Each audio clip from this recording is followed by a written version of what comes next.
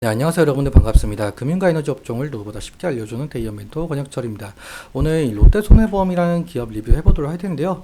여러분들이 아시다시피 롯데손해보험은 손해보험사이고 이 금융사에 속해 있다 보니까 이 기업 밸류 프로그램에 대한 모멘텀 가지고 있었었죠. 그리고 이 매각에 대한 이슈도 함께 가지고 있었던 상황이었는데요. 그런데 이 우리금융에서 입찰 참여를 안 한다라고 밝히면서 주가가 상당히 하락한 바가 있었었죠.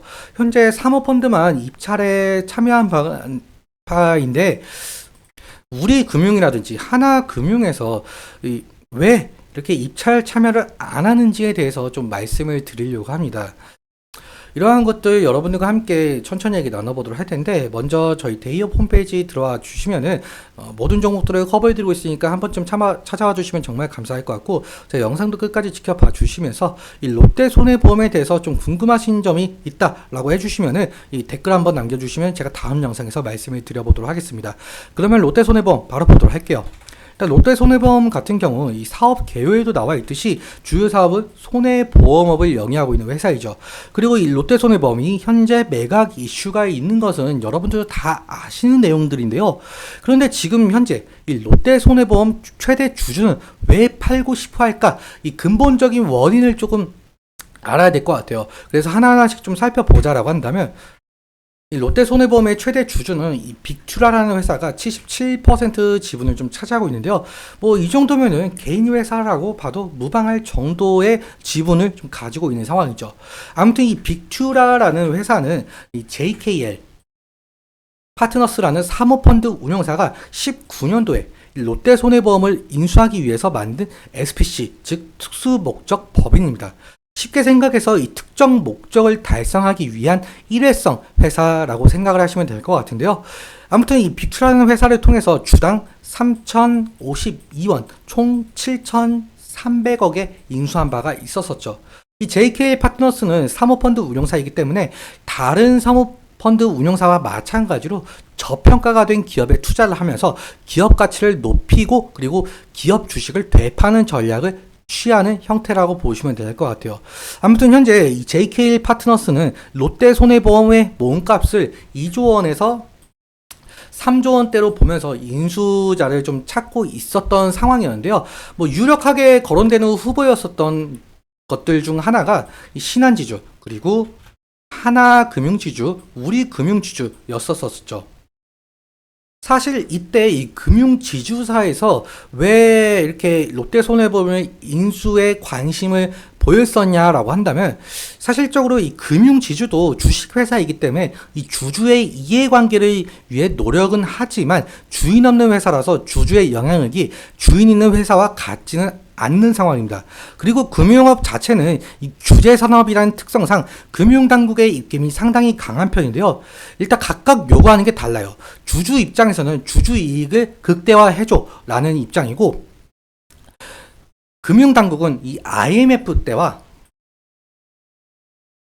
그리고 08년도 리먼 사태 때를 겪은 입장에서 금융지주가 휘청거리면 안 되기 때문에 배당을 많이 하지 말고 자본을 쌓아두라는 입장이라서, 이런 상황에서 금융지주는 적당한 배당을 하게 되죠.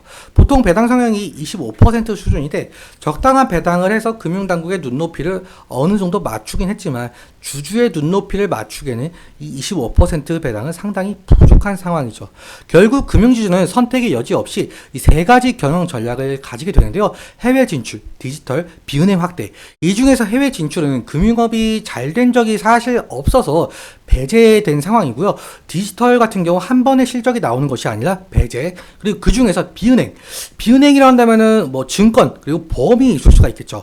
4대 시중은행 중에서 신한 입장에서는 이 KB, 국민을 좀 이겨야 되는 입장이라서 이 생명보험이 있는데 손해보험이 없는 상황이에요. 하나 입장에서는 있긴 있는데 보험사가 너무 작다. 우리 금융 입장에서는 증권사도 없고 보험사도 없네.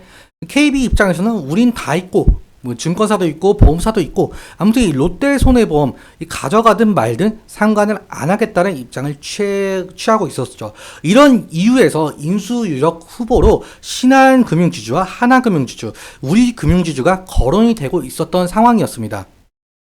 그런데 며칠 전의 기사로 우리금융에서 롯데손해보험 입찰에 참여를 안 하겠다. 매각가가 너무 비싸다라는 의견 때문에 철수를 한 바가 있었었죠. 현재는 롯데손해보험 입찰 참여자가 사모펀드만 참여를 한 상황인데요. 이 업계 상황에서도 2조 원은 너무 비싼 측면이 있다라는 게 지배적인 상황입니다. 그리고 보험업계에서는 JKL 파트너스사가 이 2조 원에서 3조 원에 달하는 이 매각가를 고수하면은 매각이 좀 무산이 될 가능성이 상당히 높을 것 같다라는 입장을 좀 내세우고 있는 상황인데요. 사실 여러분들도 아시다시피 롯데손해보험 같은 경우 2023년 지난해죠. 영업이익이 흑자 전환을 한 상태였었어요. 그런데 이 투자 부분에 대해서는 727억 원의 손실을 기록을 한 바가 있어서 금융지주사들이 좀 확신을 가지지 못했다라고 생각이 들고 있습니다. 사실 운용자산의 리스크가 지금 롯데손해보험이 업계 평균 대비 높은 수준으로 보이고 있다라고 하는데요. 그러한 상황에 맞춰서 사실 2조 원은 너무 비싸다라는 측면 때문에 입찰을 참여 안 한 것으로 보이고 있습니다. 아무튼 이 롯데손해보험 과연 누구 손에 들어갈지 좀 지켜봐야 되는 상황으로 보이고 있고요. 좀 그러면은 이 가격적인 측면, 그러니까 주가적인 측면에 대해서는 어떻게 우리가 대응을 해야 될지라고 말씀을 드려보면 롯데손해보험이 이때 당시에 마이너스 23%까지 많이 빠졌다가 그리고 어제도 마찬가지로 7% 이상 빠진 모습을 볼 수가 있죠. 오늘은 또 7% 이상 빠지다가 어느 정도 아래 꼬리가 좀 달리면서 2.9% 정도 하락을 하고 있는 모습으로 보이고 있는데요. 지금 장기 평선들을 전부 이탈한 것으로 보이고 있죠. 사실상 과거 주가 올해 1월 주가로 형성이 되고 있는 상황인데 사실 지지라인은 이 부분을 좀 생각을 할 수가 있을 것 같습니다. 과거에 이때 당시에 좀 기간 조정이 길게 나오면서 상승을 한 바가 있었었죠. 그래서 지지라인은 이 구간이 될 가능성이 높겠고요. 만약에 이 지지라인까지 이탈을 하게 된다라고 한다면은 리스크적인 측면에 대해서 관리는 필요할 것으로 보이고 있습니다. 그리고 사실 롯데손해보험이 우리금융지주나 뭐 신한금융지주, 하나금융지주에서 입찰을 포기했다라고 해도 만약에 이 사모펀드로 넘어갈 시 그 사모펀드가 어떻게 운영을 할지가 상당히 중요한 것으로 보이고 있죠. 그래서 아무튼 아직까지는 모멘텀이 살아있다라고 볼 수가 있겠고요. 그리고 아직 이 롯데손해보험은 이 기업 밸류업 프로그램에 대한 모멘텀도 살아있는 만큼 상승을 견인할 가능성은 엿보이고 있죠. 그래서 이 부분 좀 기억해 두시면 좋을 것 같고요. 오늘은 여기까지 말씀을 드리는데 오늘 말씀드린 내용과 차트적인 부분에 대해서는 제 개인적인 견해가 많이 껴있다 보니까 여러분들의 주관적인 견해와 함께 투자를 현명한 선택하셨으면 좋겠고요. 그리고 좀 강조 드리자면은 이 롯데손해보험에 대해서 좀 여러분들께서 이것이 궁금하다라고 해주시면은 댓글 한번 남겨주시면 정말 감사할 것 같습니다. 오늘도 시간 주셔서 감사하고 지금까지 멘토 권혁철이었습니다. 감사합니다.